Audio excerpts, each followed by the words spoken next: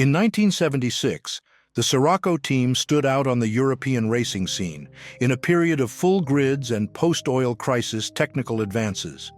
Its organization, rigorous preparation, and consistency in continental championships fueled the public's enthusiasm and cemented its reputation for a methodical pursuit of performance on the track.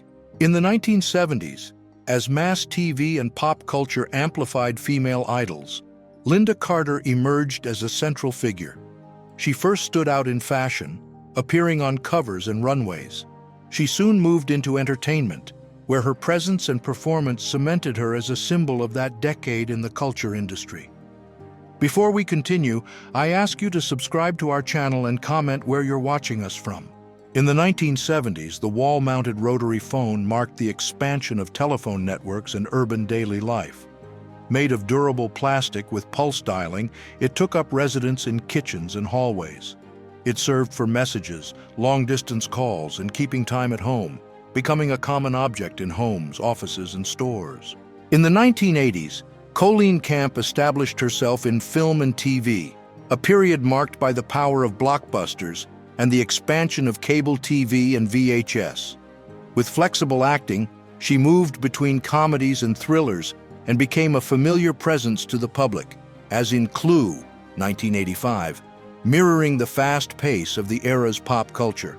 Between 1887 and 1889, during construction of the Eiffel Tower for the Paris Universal Exposition, an elevator was installed on the first level. This feature, typical of the technical drive of the industrial era, sped up the transport of workers and materials, shortened ascent times, and made possible the pace of assembling the riveted iron pieces. Between the late 70s and early 80s, the New York subway reflected the 1975 fiscal crisis, investment cuts, poor maintenance, and trains covered in graffiti. With rising crime and operational failures, it became an environment of robberies and fare evasion, stoking fear. Sparse policing and chronic delays heightened the anxiety. In 1982, a young man sits in front of a tube TV and dives into the Atari, the console that popularized home video gaming in urban households. Joystick in hand, it marks the shift from arcades to the living room, when cartridges and simple graphics introduced electronic leisure routines to families amid the boom of personal computing.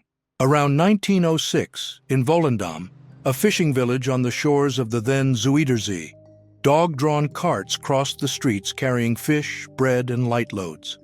The custom, common in the Netherlands and Belgium, marked daily life before the major works that decades later would change the region and its maritime economy. At the corner of Broadway and W49th in August 1986, New Yorkers of various ages crowd around improvised boards. The scene reflects Times Square in transition. Street commerce, a greater police presence, and chess popularized in the Cold War years when public games occupied sidewalks and squares.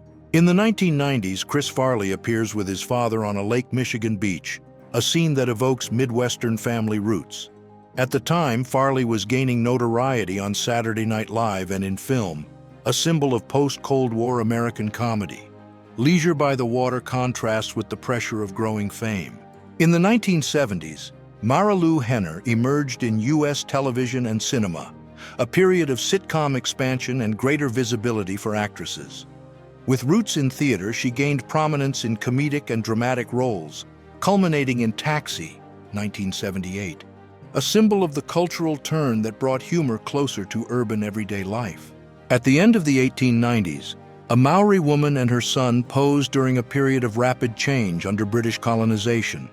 She displays the ta moko on her face, a mark of genealogy and mana, a sign of tribal belonging and family trajectory. The bond between them expresses the transmission of knowledge and the continuity of Wakapapa. In 1909, the portrait of Wanata Parker, a Comanche woman and daughter of Chief Quanah Parker, is recorded. The image appears decades after the Comanche Wars and resettlement on reservations, when leaders like Quanah were negotiating their people's adaptation.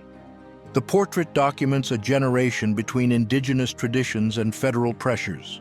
Around 1954, Sculptor Felix de Weldon was working on the plaster model of the U.S. Marine Corps War Memorial. Based on Joe Rosenthal's photo of the flag at Iwo Jima, 1945, he refined proportions and gestures to fix, in material form, the collective memory of the battle and the Marines' role in victory in the Pacific. In the image, Sophia Loren and Claudia Cardinale, icons who emerged in the 1950s, represent post-war Italian cinema. In the transition from neo-realism to Cinecittà, their careers mark Italy's economic boom and cultural export, guided by De Sica, Visconti, and Fellini. Works circulated in co-productions and in Hollywood. In 1983, on the streets of Toronto, a portable telephone van circulated. The vehicle, fitted to operate as a small exchange, offered public calls on the move. The episode marks the phase of experiments in vehicular telephony between fixed networks and the first mobile services before the popularization of cell phones. In the 1960s, in the midst of the Cold War, the Japanese-American architect Minoru Yamasaki poses next to the model of the future Twin Towers. The image marks the design phase of the World Trade Center, commissioned by the Port Authority, amid modernism and New York's urban renewal, symbols of the United States' financial peak, and which would be inaugurated in 1973. Between 1900 and 1910, in cigar factories in Cuba, the paid reader read novels, newspapers, and serials to the workers.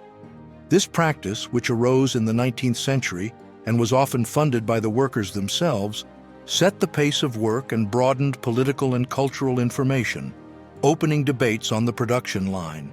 In 1955, Marilyn Monroe was consolidating her peak within Hollywood's studio system, a symbol of post-war consumer culture. Her public image, shaped by campaigns and films, displayed sophisticated dresses and daring necklines, signs of femininity and marketing that marked the decade's aesthetic.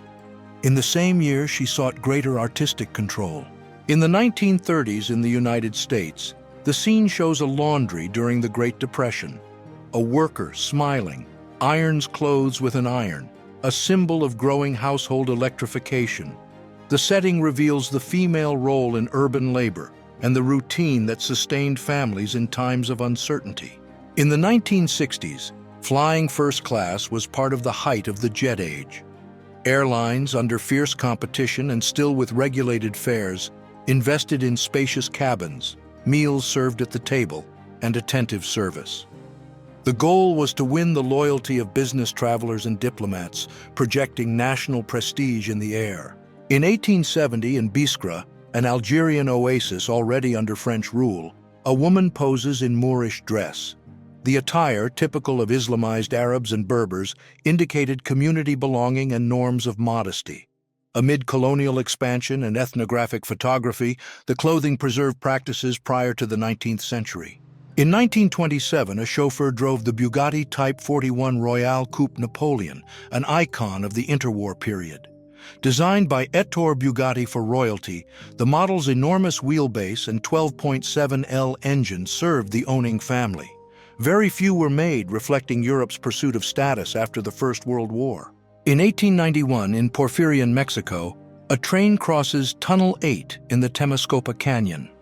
The work, carved into the rough Sierra, was part of the railway expansion that linked mining areas and ports, attracting foreign capital and imposing new logistics on the north of the country. The tunnel symbolizes technical progress and the conquest of the terrain. In 1960s London, the street scene, such as Carnaby Street and King's Road, reflected swinging London, the height of youth consumption, pop music, and fast fashions. Young people and adults circulated with mod haircuts, miniskirts, and tailored suits, signaling a break with Victorian standards and the affirmation of new urban styles. In the 1940s, the height of Hollywood's golden age and wartime entertainment, Donna Drake stood out as an actress and singer in the studio system. She appeared in comedies and musicals aimed at audience escapism, consolidating her presence in successful productions and expanding her career on stage, on the radio, and on tour. In the 1920s, this wedding portrait records the union of a Khalkha couple in a country in transition between the fall of the Qing, 1911, and the People's Republic of Mongolia, 1924. The deal garments and adornments indicate status and lineage, reflecting pastoral nomadism and the role of marriage in consolidating family alliances. In the image, in 1982, the Seiko TV watch emerged as a symbol of Japanese electronic miniaturization. A watch and analog TV receiver, it depended on a tuner module and displayed video on a tiny screen. Amid the boom of portables, it preceded cell phones with video and marked the beginning of wearable technologies, uniting time and media on the wrist.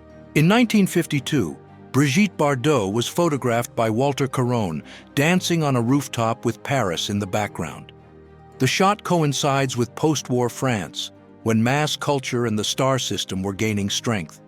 The images cement Bardot as the new face of French cinema and illustrate the modernization of urban habits. Around 2000 BC in Egypt, an apprentice scribe practices writing on a clay tablet. The master marks in red spelling corrections. These school practices formed officials capable of recording taxes, inventories, and offerings, the basis of the state and the temples.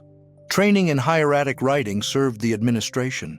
In 1957, amid the Cold War and the expansion of schooling, an art class captures students focused while a radio or record player sets the tone for the work, between jazz and nascent rock. The integration of music and drawing reflects modern school methods. We've reached the end of our video. Subscribe, comment, and choose another video on the screen to continue your journey through the past.